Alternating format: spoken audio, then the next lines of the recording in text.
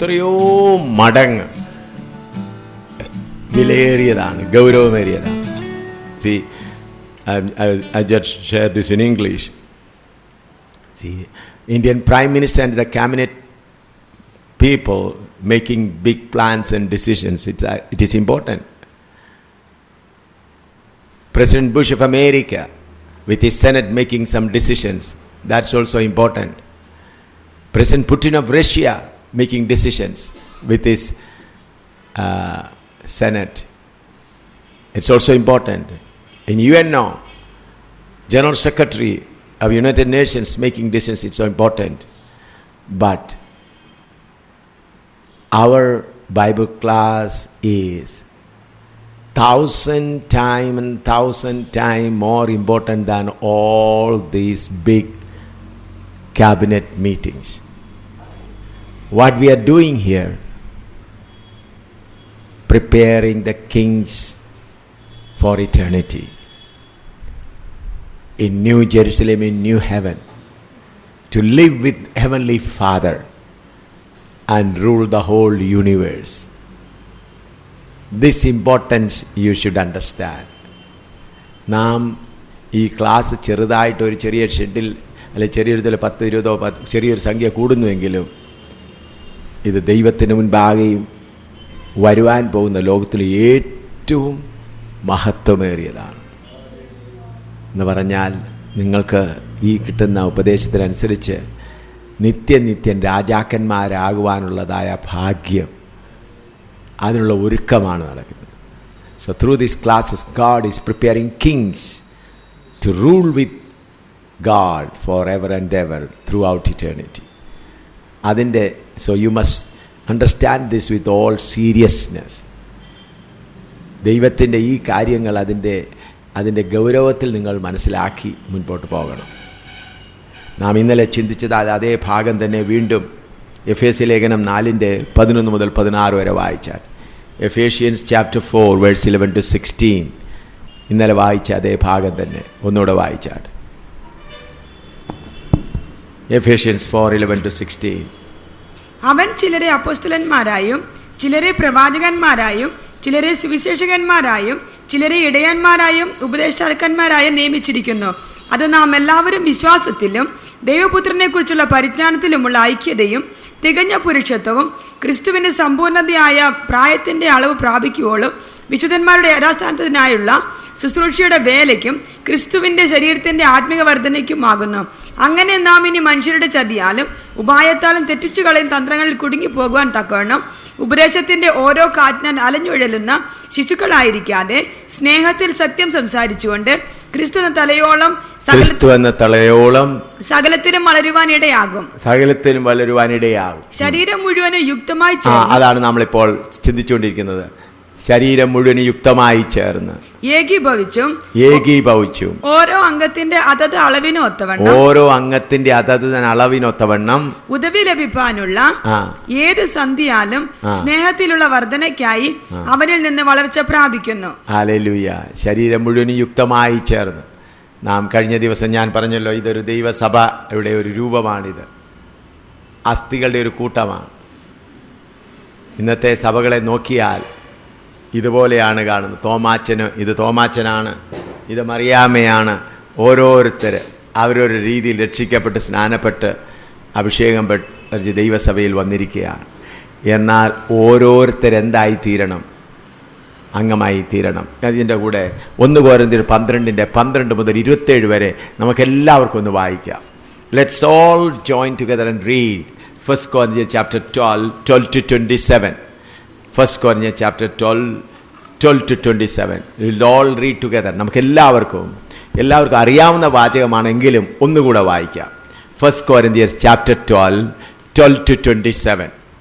എല്ലാവരും പുസ്തകം എടുത്താട്ടെ. എല്ലാവരും എടുത്താട്ടെ. All of you please take your Bible. 1 കൊരിന്ത്യർ 12 മുതൽ 27 വരെ നമുക്ക് അല്പനേരം നമ്മൾ വായിക്കാൻ പോവുകയാണ്. എല്ലാവരും എടുത്ത് all of you please take your Bibles. നിങ്ങൾ നോട്ട് ബുക്ക് മാത്രമല്ല, ബൈബിൾ എല്ലാവരും തുറന്നാട്ടെ. എല്ലാവരും ബൈബിൾ തുറന്ന് let's all take the Bible. എല്ലാവരും വേദപുസ്തകം എടുത്താട്ടെ. നമുക്ക് പരസ്യമായിട്ട് ഒന്നിച്ച് വായിക്കാം.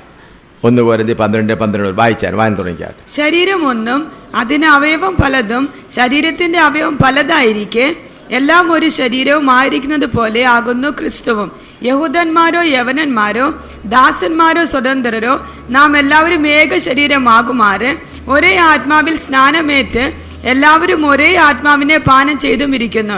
ശരീരം ഒരു അവയവമല്ല, പലതത്രേ. ഞാൻ കൈ അല്ലായക കൊണ്ട് ശരീരത്തിലുള്ളതല്ല എന്ന് കാൽ പറയുന്നുവെങ്കിൽ അതിനാൽ അത് ശരീരത്തിലുള്ളതല്ല എന്ന് വരികയില്ല. ഞാൻ കണ്ണല്ലായക കൊണ്ട് ശരീരത്തിലുള്ളതല്ല എന്ന് ചെവി പറയുന്നുവെങ്കിൽ അതിനാൽ അത് ശരീരത്തിലുള്ളതല്ല എന്നും വരികയില്ല. ശരീരം മുഴുവൻ കണ്ണായാൽ ശ്രവണം എവിടെ?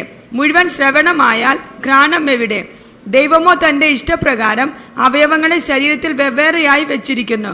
സകലവും ഒരു അവയവമെങ്കിൽ ശരീരം എവിടെ? എന്നാൽ അവയവങ്ങൾ പലതെങ്കിലും ശരീരം ഒന്നു തന്നെ. കണ്ണിന് കൈയോട് നിന്നെ കൊണ്ട് എനിക്ക് ആവശ്യമില്ല എന്നും തലയ്ക്ക് കാലുകളോട് നിങ്ങളെ കൊണ്ട് എനിക്ക് ആവശ്യമില്ല എന്നും പറഞ്ഞുകൂടാ. ശരീരത്തിൽ ബലം കുറഞ്ഞവ എന്ന് തോന്നുന്ന അവയവങ്ങൾ തന്നെ ആവശ്യമുള്ളവയാകുന്നു. ശരീരത്തിൽ മാനം കുറഞ്ഞവ എന്ന് തോന്നുന്നവയ്ക്ക് നാം അധികം മാനമണിയിക്കുന്നു. നമ്മിൽ അഴകു കുറഞ്ഞവയ്ക്ക് അധികം അഴകു വരുത്തുന്നു.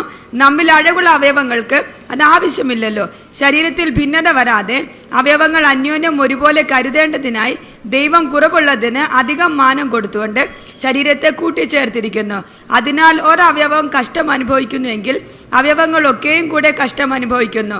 ഒരവയവത്തിന് മാനം വന്നാൽ അവയവങ്ങളൊക്കെയും കൂടെ സന്തോഷിക്കുന്നു. എന്നാൽ നിങ്ങൾ ക്രിസ്തുവിൻ്റെ ശരീരവും ഓരോരുത്തൻ വെവ്വേറെയായി അവയവങ്ങളുമാകുന്നു. ആമേൻ. നാം ക്രിസ്തുവിൻ്റെ ശരീരവും ഓരോരുത്തരായി വെവ്വേറെ അവയവങ്ങളുമാകുന്നു. പ്രിയമുള്ളവരെ, തൃശ്ശൂരിൽ ദൈവസഭ വെളിപ്പെടണം. തൃശ്ശൂരിൽ ദൈവസഭ വെളിപ്പെടണമെങ്കിൽ ഇങ്ങനെ ഒരു അസ്ഥിയുടെ കൂമ്പാരമായി കിടന്നാൽ ഒക്കുകയില്ല. ഓരോരുത്തർ അവരവരുടെ സ്ഥാനത്ത് വന്നു ചേർന്നേ മതിയാകുന്നു. അതുകൊണ്ട് ദൈവദാസന്മാരാകുന്ന നിങ്ങൾക്ക്, സഹോദരി സഹോദരന്മാരെ, നിങ്ങൾക്ക് വലിയൊരു ഉത്തരവാദിത്തമുണ്ട്. കാലം കഴിയുന്നതിന് മുൻപ് കർത്താവെ, ഞങ്ങൾ ആത്മാക്കളെ രക്ഷിച്ച് സഭയിലേക്ക് കൊണ്ടുവന്നാൽ മാത്രം പോരാ. രക്ഷിച്ചു, അവർ സുവിശേഷം പറഞ്ഞു, സ്നാനപ്പെടുത്തി, പരിശുദ്ധാത്മാവ് പ്രാപിച്ചു, അവരെ സഭയിൽ കൊണ്ടുവന്നാൽ മാത്രം പോരാ. ഓരോരുത്തരെ അംഗങ്ങളാക്കി പണിയേണ്ടതായ ജോലിയാണ് ഈ 5 വിധ ശുശ്രൂഷകന്മാർ കൊടുത്തിരിക്കുന്നത്. സഭയിൽ ഓരോരുത്തരെ കൊണ്ടുവരേണ്ടതായ ഉത്തരവാദിത്തം വിശ്വാസികളുടേതാണ്. വിശ്വാസികളാണ് ആരെ കൊണ്ടുവരേണ്ടത്? സാക്ഷ്യം പറഞ്ഞ ആത്മാക്കളെ കൊണ്ടുവരേണ്ടത്. അങ്ങനെ വിശ്വാസികൾ കൊണ്ടുവരുന്ന ആത്മാക്കളെ ഓരോരോ അവയവങ്ങളാക്കി അവരുടെ അളവിനൊത്ത് മുറിച്ച് പണിത് ശരിയാക്കേണ്ടത് ഉത്തരവാദിത്തമാണ് കർത്താവിൻ്റെ ദാസന്മാരാകുന്ന നിങ്ങൾക്ക്, ഇടയന്മാരാകുന്ന, മൂപ്പന്മാരാകുന്ന സഹോദരീ സഹോദരന്മാർക്കുള്ളത്. ഇതിൽ നാം പലപ്പോഴും പരാജയപ്പെടാറുണ്ട്. ഈ കാര്യത്തിൽ ഒരു പൂർണ്ണ തീരുമാനം ഈ ബൈബിൾ ക്ലാസ് കൊണ്ട് എടുക്കണം. ഇപ്പോൾ ചാക്കോച്ചൻ, വലിയ വീട്ടിലെ ചാക്കോച്ചനാണ് ഇത്രയും വലിയതാണെങ്കിൽ, കർത്താവിൻ്റെ ദാസന്മാർ ആ വലിയ വീട്ടിലെ ചാക്കോച്ചനെ സ്നേഹത്തോടെ ഒരു ദിവസം ഒരു മാസം കൊണ്ട് ഇത്രയും മുറിച്ച് മാറ്റി, പിന്നെ ഒരു മാസം കൊണ്ട് ഇത്രയും മുറിച്ച് മാറ്റി, ഒടുവിൽ ഒരു ചെറിയ ഭാഗം ചാക്കോച്ചനിൽ നിന്നെടുത്തു. അത് ശരീരത്തിൻ്റെ ഒരു അവയവമാക്കി അതിനെ തീർത്തു.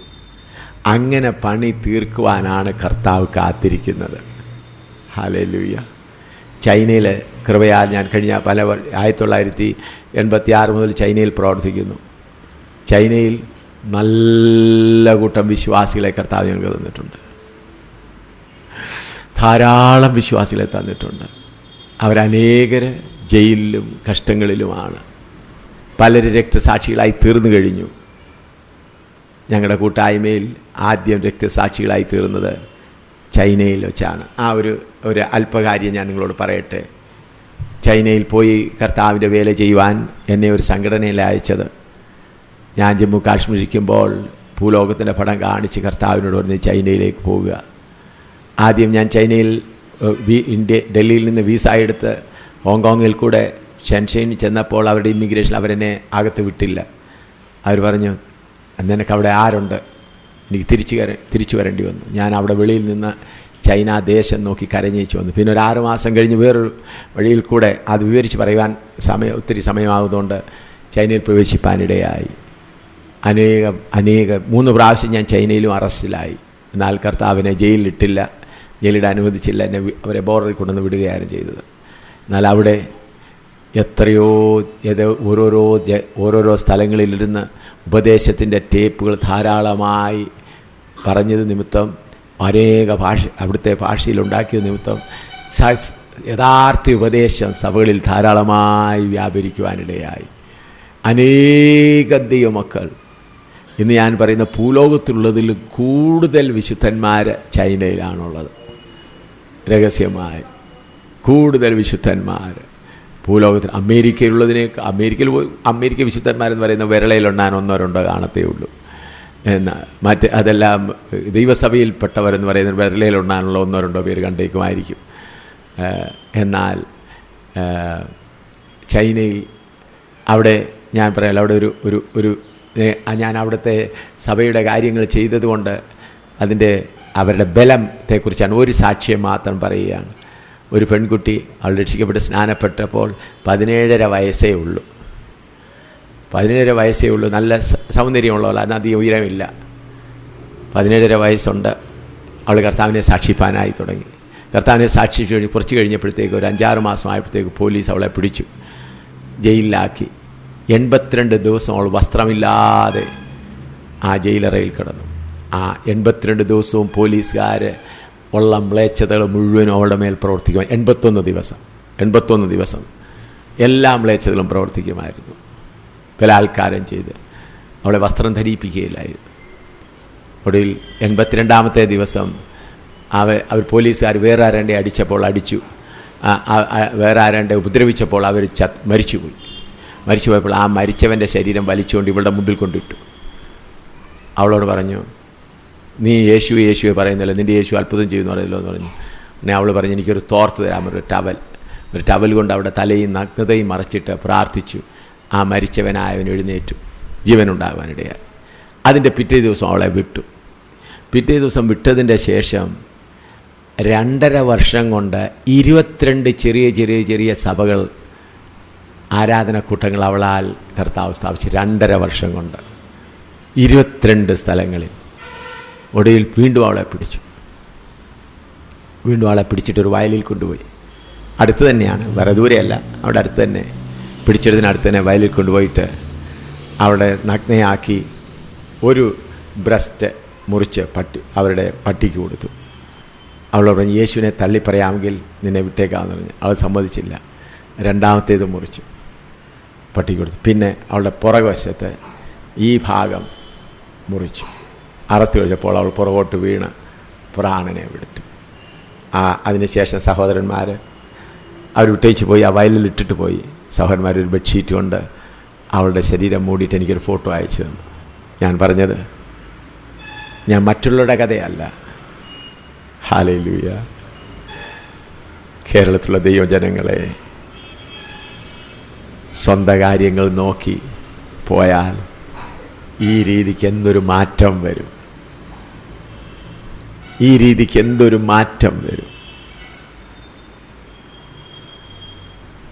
ഞാൻ ഒരു കഥയെ പറഞ്ഞുള്ളൂ. നേപ്പാളിലേത്, മറ്റുള്ളത് എത്രയോ പറയാനുണ്ട്.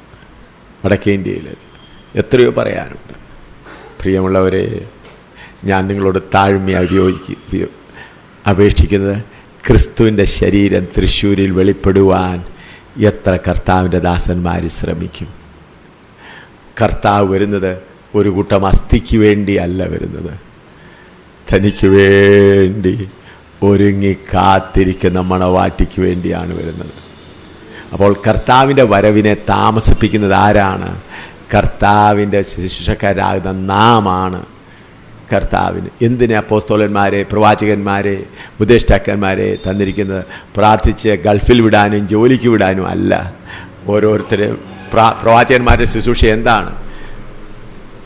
പ്രവാചകൻ ചെയ്യേണ്ടത്, സഹോദരാ നിന്നിൽ ഈ കുറവുണ്ട്, ഇത് മുറിച്ചു മാറ്റണം. അതാണ് പ്രവാചക ശുശ്രൂഷ. അല്ലാതെ നിന്നെ പ്രവചിച്ച് അമേരിക്ക വിടാമെന്നോ, അല്ലെങ്കിൽ ഞാൻ പ്രാർത്ഥിച്ചുകൊണ്ടിരിക്കുമ്പോൾ നിനക്ക് വേണ്ടി പ്ലെയിൻ കാണുമെന്ന്, എനിക്ക് വീസ വരും. അതെല്ലാം ജഡികന്മാരാണ്, ദൈവസഭയിൽപ്പെട്ടവരല്ല. കർത്താവിൻ്റെ സഭയിൽ കടന്നുകൂടിയിരിക്കുന്ന ചെന്നായ്ക്കളാണ് അവർ. പ്രവാചകൻ്റെ പേരിൽ വന്നിരിക്കുകയാണ്. പ്രവാചക ശുശ്രൂഷ എന്താണ്? അപ്പോസ്തലന്റെ ശുശ്രൂഷ എന്താണ്? ഇടയൻ്റെ ശുശ്രൂഷ എന്താണ്? അവർക്ക് ഭൗതിക നന്മയെക്കുറിച്ച് പറയാനല്ല. അവരെ വെട്ടി മുറിച്ച് ചാക്കോച്ചിനെയും മത്തായിച്ചിനെയും എല്ലാം എവിടെ കൊണ്ടുപോകണം? പുതിയ യെരൂശലേമിൽ കൊണ്ടുപോകാൻ യോഗ്യരാക്കണം. അങ്ങനെ മുറിക്കുമ്പോൾ ചിലപ്പോൾ മത്തായിച്ചൻ പിണങ്ങിയെന്ന് വന്നേക്കാം. അതിനാണ് അപ്പോസ്തലനായ പൗലോസ് പറയുന്നത്, ഞാൻ പരസ്യമായും വീടുതോറും ഓരോരുത്തരോടും വ്യക്തമായി നിങ്ങൾക്ക് നന്മ ഒന്നും ഞാൻ മറച്ചു വെച്ചില്ല. എൻ്റെ പ്രിയ സ്നേഹിതന്മാരെ, കർത്താവിൽ സ്നേഹിക്കുന്ന തൃശ്ശൂരിലെ ദൈവമക്കളെ, ഞാൻ നിങ്ങളോട് കർത്താവിൻ്റെ നാമത്തിൽ അപേക്ഷിക്കുന്നത്, നമുക്ക് യഥാർത്ഥ വേലയൊന്ന് ചെയ്യാം. ക്രിസ്തുവിൻ്റെ ശരീരം തൃശ്ശൂരിലൊന്ന് വെളിപ്പെടട്ടെ. ഇവിടെ നാം വായിച്ചല്ലോ, കയ്യ്, കാല്, നമ്മൾ ഓരോന്നിപ്പോൾ പല സഭകളിലാണ്, പല സമൂഹങ്ങളിലാണെങ്കിലും അന്യോന്യ ക്രിസ്തുവിൻ്റെ സ്നേഹത്താൽ ബന്ധിക്കപ്പെട്ടവരായി. ഒരു കൈക്ക് തന്നെ നോക്കിയാൽ, ഈ വിരലിന് തന്നെ നോക്കിയാൽ എത്ര നിങ്ങൾ നോക്കി, ഒരു വിരലിന് എത്ര അസ്ഥിയുണ്ട്? ഈ വിരലിന് എത്ര അസ്ഥിയുണ്ട്? ഇപ്പോൾ ഈ വിരലാണെന്ന് വിചാരിച്ചാട്ട്, ഒരു പക്ഷേ ഇതൊരു IPC കാരനായിരിക്കാം, ഇത് പക്ഷേ ഒരു ചർച്ച് ഓഫ് ഗോഡുകാരനായിരിക്കാം, ഇത് പക്ഷേ ഒരു സ്വതന്ത്ര സഭക്കാരനായിരിക്കാം, അല്ലെങ്കിൽ അസംബ്ലി ഓഫ് ഗോഡുകാരനായിരിക്കാം. ഇത് രണ്ടും IPC കാരാണെന്ന് അങ്ങനെയല്ല.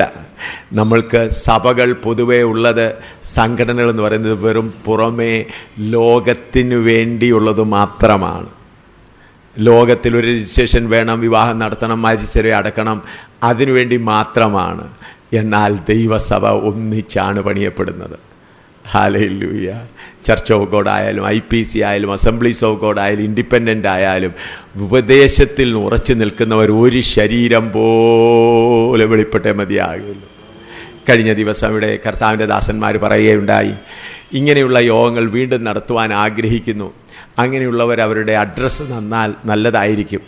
ഞങ്ങൾക്ക് നിങ്ങളുടെ അഡ്രസ്സ് വേണ്ട, എന്നാൽ ഇവിടെയുള്ള നിങ്ങൾ കർത്താവിൻ്റെ സഹോദരന്മാരാരെങ്കിലും മുൻപോട്ട് കടന്നു വന്നിട്ട് അവരുടെ അഡ്രസ്സുകൾ എടുത്തിട്ട് ഇനി വേറെ ഇതുപോലെ ശരിയായ ഉപദേശം പറയുന്ന ആരെങ്കിലും വിളിച്ച് അങ്ങനെ യോഗങ്ങൾ നടത്തിയാൽ വേറൊരു സംഘടന ഉണ്ടാക്കാനല്ല, സംഘടന ഒത്തിരിയായിപ്പോയി. ഇനി ഒരു സംഘടനയും വേണ്ട. ഞാൻ തിരുവല്ലായിൽ ഉണർവ് യോഗം നടത്തിക്കൊണ്ടിരിക്കുകയാണ്. ഉണർവ് യോഗം നടത്തിക്കൊണ്ടിരിക്കുമ്പോൾ വലിയ ഉണർവ് കർത്താവ് നയിച്ചു. അപ്പോൾ അന്നേരം അവിടുത്തെ മറാനാഥ കമ്മിറ്റികളെല്ലാം കൂടി പറഞ്ഞു, നമുക്കിനി ഒരു പുതിയ സഭ അങ്ങ് ആരംഭിക്കാം. എന്നോട് പറഞ്ഞില്ല, അവരെല്ലാം കൂടി അപ്പം 65 പേര് സ്നാനപ്പെടാനുമായിട്ടുണ്ട്. ആ ഞായറാഴ്ച 65 പേര് സ്നാനപ്പെട്ടിട്ട് അന്ന് കത്രിമേശയും ഉണ്ട്. തിരുവല്ല ഇൻ്റർനാഷണൽ കോമ്പൗണ്ടിൽ വെച്ച് നടക്കുക. അപ്പോൾ മുണ്ടിയപ്പള്ളി ചാക്കോച്ചനും IPCയും ചർച്ച് ഓഫ് ഗോഡ് ഷാരൂനിലുള്ള പ്രധാനപ്പെട്ട കർത്താവിൻ്റെ ദാസന്മാർ ഒരുപാട് പേരുണ്ട്.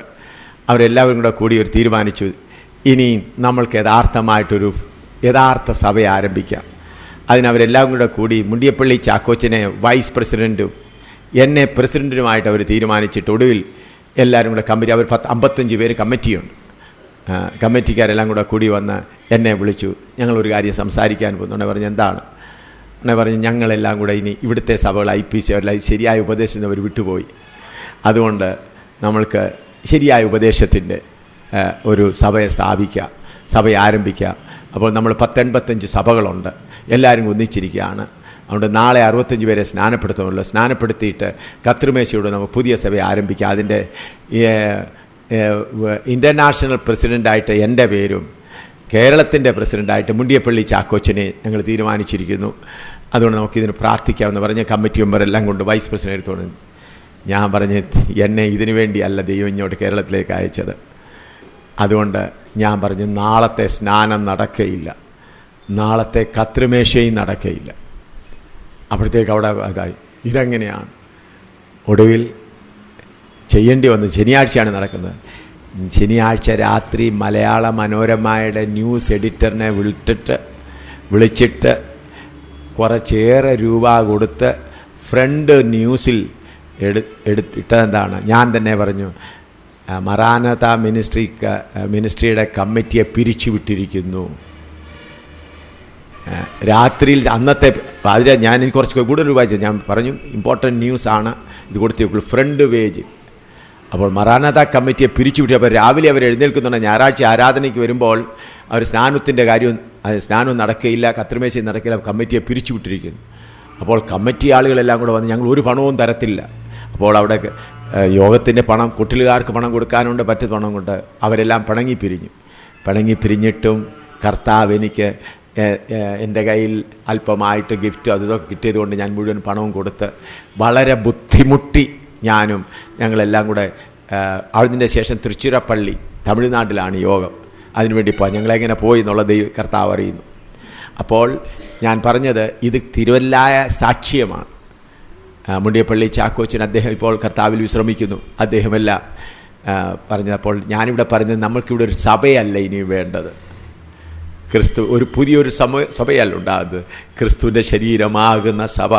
അവിടെയായി കിടക്കുന്ന ദൈവമക്കൾ ഒന്നിച്ച് ഒരു ക്രിസ്തുവിൻ്റെ ശരീരത്തിൻ്റെ അവയവമായി തീർന്നു കഴിഞ്ഞാൽ ഈ കാണുന്ന സാത്താൻ്റെ ശക്തിയെ കാൽ കീഴെ മെതിക്കുവാൻ നമുക്ക് കഴിയും. അതുകൊണ്ട് ഞാൻ നിങ്ങളോട് താഴ്മയായി അപേക്ഷിക്കുന്നത്, നാം വിവിധ സഭകളിൽപ്പെട്ടവരാണ് എങ്കിലും വെറും പുറമേ ഉള്ള രീതിക്ക് പോകാതെ വാസ്തവമായി കർത്താവെ എന്നെ ശരീരത്തിൻ്റെ ഏതംഗമാക്കി തീർക്കുവാൻ അങ്ങൊന്ന് ആഗ്രഹിക്കുന്നു, എന്നെ ഏതംഗമാക്കി തീർക്കുവാൻ ആഗ്രഹിക്കുന്നു, അതനുസരിച്ച് എന്നെ പണിയണമേ. ഇപ്പോൾ കോരിന്ത്യയിലുള്ള വിശ്വാസികളുടെ കാര്യം നോക്കിയാൽ, കോരിന്ത്യരുടെ വിശ്വാസികളുടെ കാര്യം നാം നോക്കുമ്പോൾ 2 കോരിന്ത്യയിലേക്ക് വന്നാൽ അവരെപ്രകാരമുള്ളവരായിരുന്നു. 8-ാം അധ്യായത്തിലേക്ക് വന്ന 2 കോരിന്തി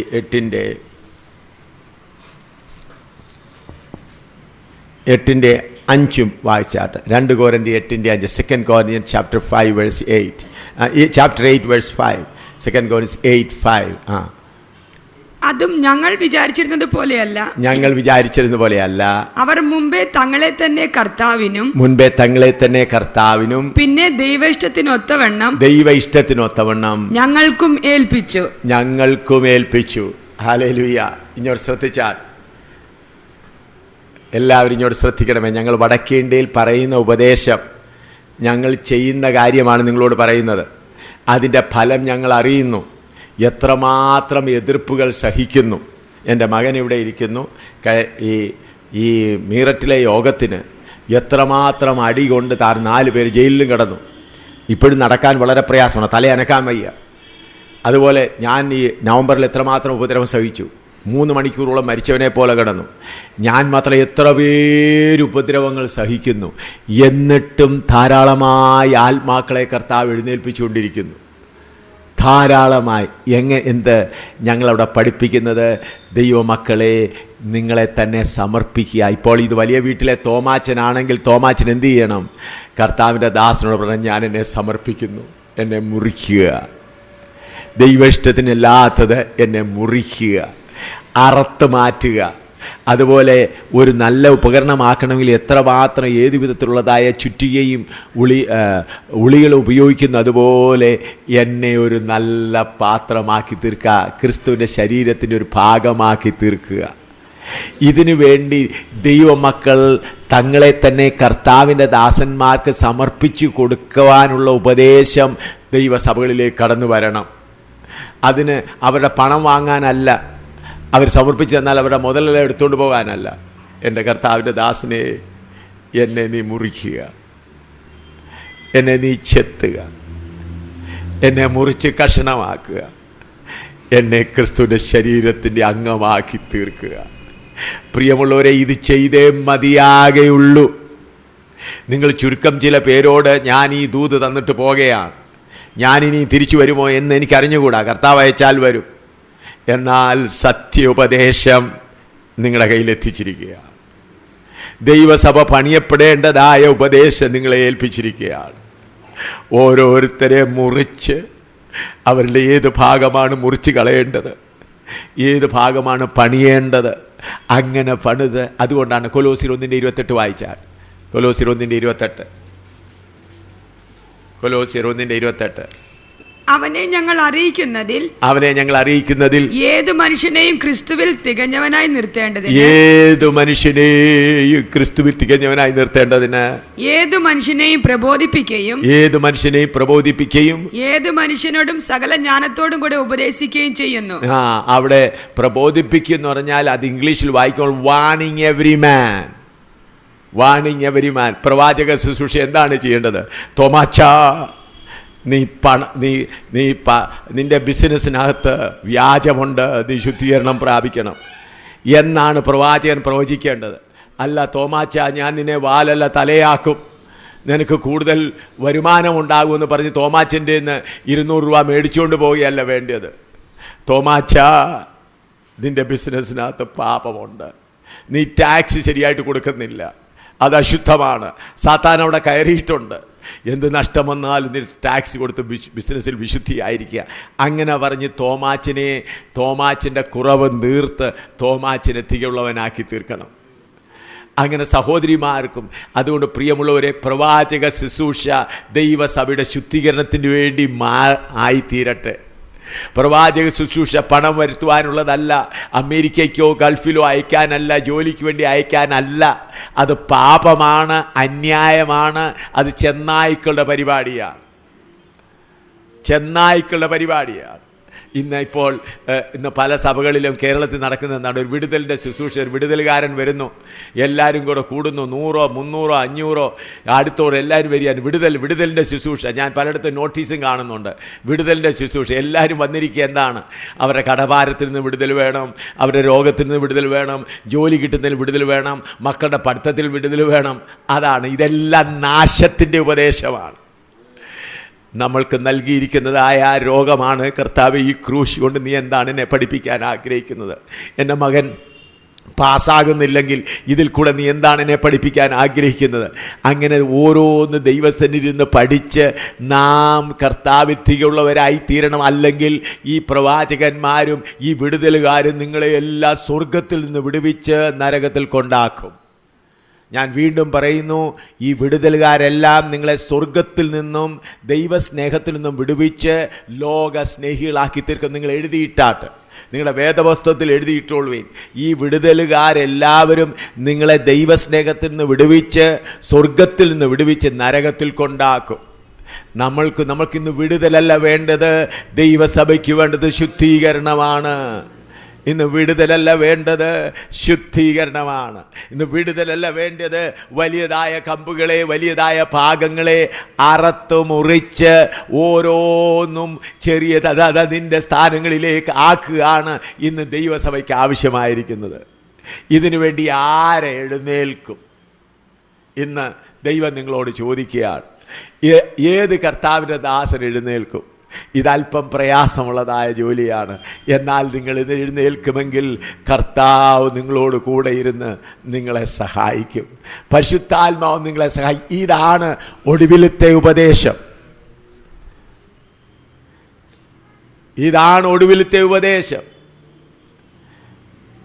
ഈ ഉപദേശത്തിന് കീഴ്പ്പെടുന്നുവെങ്കിൽ ഹല്ലേലൂയ, കർത്താവിൻ്റെ വരവിൽ ധാരാളം മണവാട്ടികളായി തൃശ്ശൂരിൻ്റെ പ്രദേശത്ത് നിന്ന് എഴുന്നേറ്റ് മുൻപോട്ട് വരുവാനിടയാകും. ആകയാൽ പ്രിയമുള്ളവരെ, ആൾപ്പെരുപ്പം നോക്കിയല്ല കർത്താവ് പ്രവർത്തിക്കുന്നത്. ഞാൻ നിങ്ങളോട് പറയുന്ന നിർമ്മലമായ വചനം. ഇന്ന് ദൈവമക്കൾ തമ്മിൽ സ്നേഹമില്ലാതിരിക്കുന്നത് എന്തുകൊണ്ടാണ്? ഇത് നോക്കിയാട്ട്, ഇവിടോട്ട് എല്ലാവരും ശ്രദ്ധിച്ചാട്ടെ.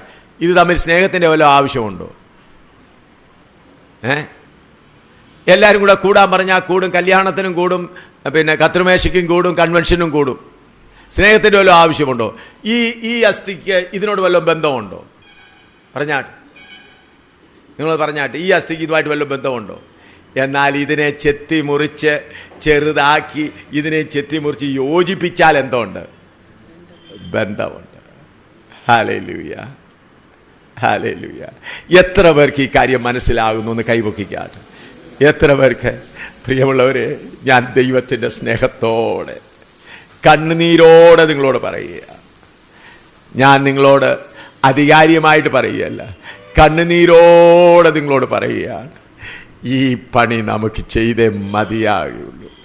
ഇതിനു വേണ്ടി പരിശുദ്ധാത്മാവ് കാത്തിരിക്കുകയാണ്. നമുക്ക് മുട്ടിന്മേൽ അല്പനേരം ഇരിക്കുക, നമ്മളെ തന്നെ സമർപ്പിച്ച് യഥാർത്ഥ പണിക്ക് വേണ്ടി തങ്ങളെ തന്നെ നമുക്ക് ഏൽപ്പിച്ചു കൊടുക്കാം. അധികം പ്രസംഗം കൊണ്ടല്ല കാര്യം നടക്കുന്നത്, അധികം കാര്യം നിങ്ങൾക്ക് കാര്യം മനസ്സിലായി എന്നറിയുന്നു. ഇനി കാലം തീരുന്നതിന് മുൻപേ കർത്താവേ, മുട്ടിന്മേലിരിപ്പാൻ കഴിവുള്ളവർ മുട്ടിന്മേലിരുന്നാട്ട്, മുട്ടിന്മേലിരിപ്പാൻ കഴിവില്ലാത്തവർ കസേരകളിൽ തന്നെ ഇരുന്നാട്ട്, കസേരയിൽ ഇരിക്കുന്നവർക്ക് മുട്ടിന്മേലിരിപ്പാൻ താല്പര്യം മുൻപോട്ട് വന്ന് മുട്ടിന്മേലിരിക്കാം. നമ്മൾ അധികം നേരം വരും, അല്പനേരം ദൈവസന്നിധിയിൽ ഒരു സമർപ്പണത്തിന് വേണ്ടി. ഹല്ലേലൂയ, ഹല്ലേലൂയ. ദൈവസഭയുടെ ശരീരം ഒന്ന് വെളിപ്പെടട്ടെ. തൃശ്ശൂർ പട്ടണത്തിൽ ദൈവസഭയുടെ ശരീരം ഒന്ന് വെളിപ്പെടട്ടെ. യഥാർത്ഥ പണിക്കാർ എഴുന്നേൽക്കട്ടെ. ഹല്ലേലൂയ, ഹല്ലേലൂയ, ഹല്ലേലൂയ. ദൈവദാസന്മാരെ, വിലയേറിയ ദൈവദാസന്മാരെ, നിങ്ങളെല്ലാം ശ്രേഷ്ഠന്മാരായ ദൈവത്തിൻ്റെ ദാസന്മാരാണ്. ഹല്ലേലൂയ. നിങ്ങളെല്ലാം ദൈവത്താൽ തിരഞ്ഞെടുക്കപ്പെട്ട ദൈവത്തിൻ്റെ ദാസന്മാരാണ്. നമുക്ക് നമ്മളെ ഏൽപ്പിച്ച ജോലി ചെയ്തു തീർക്കാം. നമ്മളെ ഏൽപ്പിച്ച വിശ്വാസികളെ, നമ്മുടെ കാര്യങ്ങൾ, നമ്മുടെ ഉത്തരവാദിത്വം തന്നവരെ പണിതെടുക്കാം. അതുപോലെ നമ്മുടെയും ഒരുക്കം നമുക്ക് പൂർണ്ണമാക്കാം. Hallelujah, hallelujah. നമ്മുടെ കുറവുകളെ കർത്താവ് ക്ഷമിച്ച് ഈ ഒടുവിലത്തെ കാലത്ത് കർത്താവ് തൻ്റെ ഉപദേശം നിങ്ങളുടെ കാതുകളിലേക്ക് കൊണ്ടുവന്നിരിക്കുകയാണ്. ഓരോരുത്തർ ഓരോ അംഗമായി തീരട്ടെ, ഓരോരുത്തർ ഓരോ അംഗമായി തീരട്ടെ. ആ പണിക്ക് വേണ്ടി നമ്മളെ തന്നെ ഏൽപ്പിക്കാൻ നമുക്ക് പ്രാർത്ഥിക്കാം. അധികം നേരമില്ല, സമയത്ത് തന്നെ നിങ്ങളെ അയക്കും. ഹല്ലേലൂയ, ഹല്ലേലൂയ, ഹല്ലേലൂയ, ഹല്ലേലൂയ. യഥാർത്ഥ വേലയ്ക്കായിട്ട് കൂട്ടു സഹോദരന്മാരെ, സഹോദരിമാരെ, നമ്മളെ തന്നെ സമർപ്പിക്കാം. ഹല്ലേലൂയ.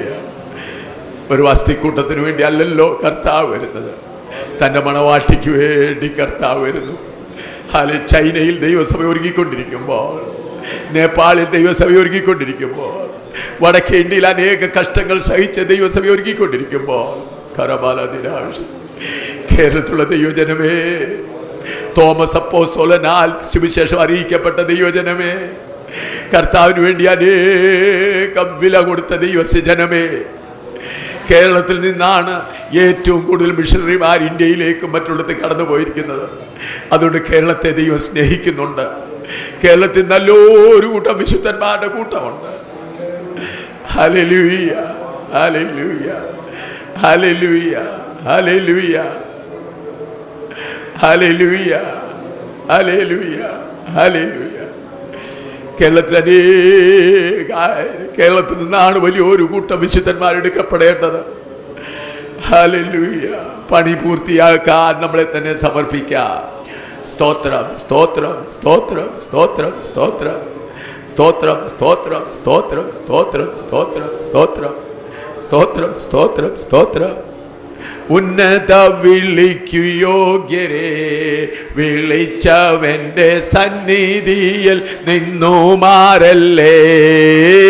ഉന്നത വിളിക്കു യോഗ്യരെ വിളിച്ചവന്റെ സന്നിധിയിൽ നിന്നു മാറല്ലേ. മന്നിട നിന്നെ ഓർത്തു ഉന്നതം വേടിഞ്ഞു വന്ന, മന്നിടത്തിൽ നിന്നെ ഓർത്തു ഉന്നതം വേടിഞ്ഞു വന്ന, നന്നേനെൻ്റെ വന്യപാദമെന്നും ഒന്ന വന്നിച്ചിടാം. വന്നേനെൻ്റെ വന്നിച്ചിടാം. വീണ്ടെടുക്കപ്പെട്ട കൂട്ടമേ വേഗം ഉണർന്നു രക്ഷകന്റെ വേല ചെയ്യുവീൻ. വീണ്ടെടുക്കപ്പെട്ട കൂട്ടമേ വേഗം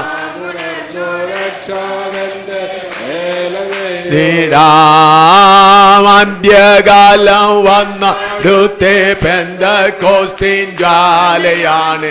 അന്ത്യകാലം വന്നടുത്തെ പെന്തക്കോസ്തിൻ ജ്വാലയാണ്. ചന്തമോടെ സേവ ചെയ്താൽ സ്വന്തം നാട്ടിൽ പോയിടാമേ. ചന്തമോടെ സേവ ചെയ്താൽ സ്വന്തം നാട്ടിൽ പോയിടാമേ. വീണ്ടെടുക്കപ്പെട്ട കൂട്ടാമേ വേഗമുണർന്നു രക്ഷകന്റെ വീണ്ടെടുക്കപ്പെട്ട കൂട്ടമേ വേഗമുണർന്നു ചെയ്യുവീൻ. അബ്രഹാം ഇസാക്ക് യാക്കോബ് എന്ന വിശുദ്ധ എത്ര നാളായി പാർത്തലം വിട്ടു. അബ്രഹാം ഇസാക്ക് യാക്കോബ് എന്ന വിശുദ്ധ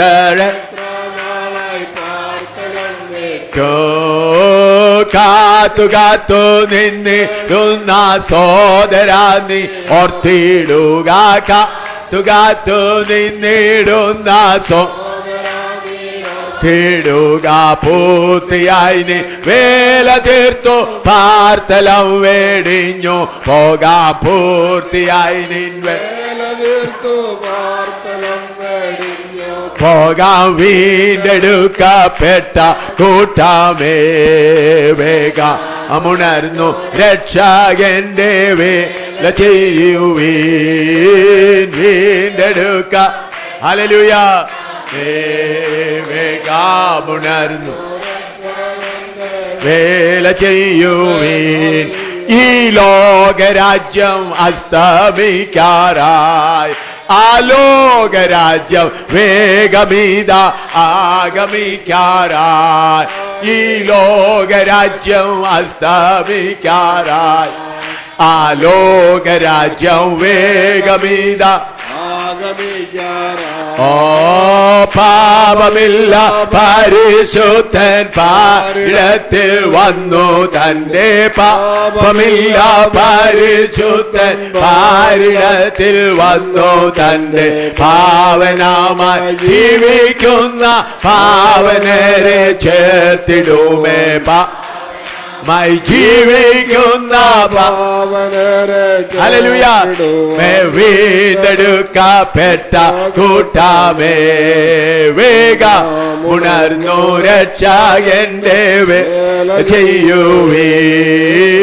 വീണ്ടെടുക്കപ്പെട്ട കൂട്ടമേ വേഗമുണർന്നു ഹല്ലേലൂയ വേല ചെയ്യുവീൻ.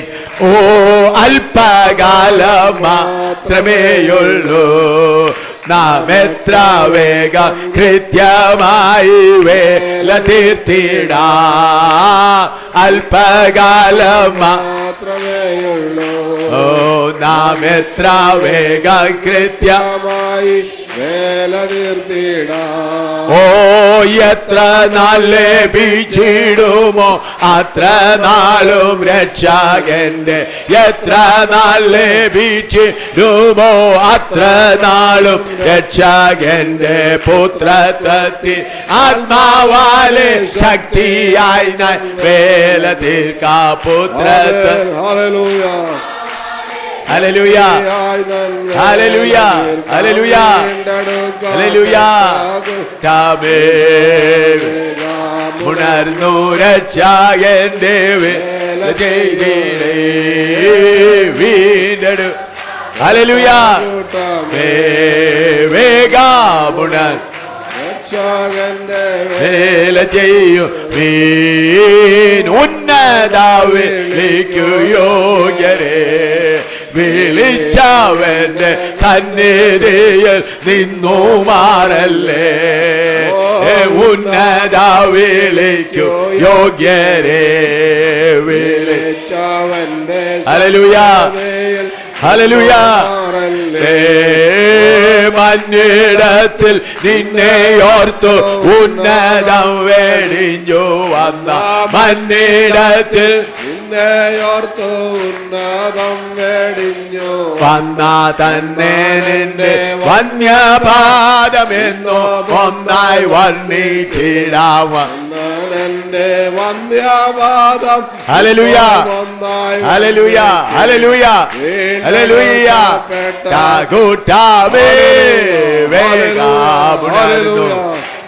ഹല്ലേലൂയ ഹല്ലേലൂയ ഹല്ലേലൂയ ഹല്ലേലൂയ.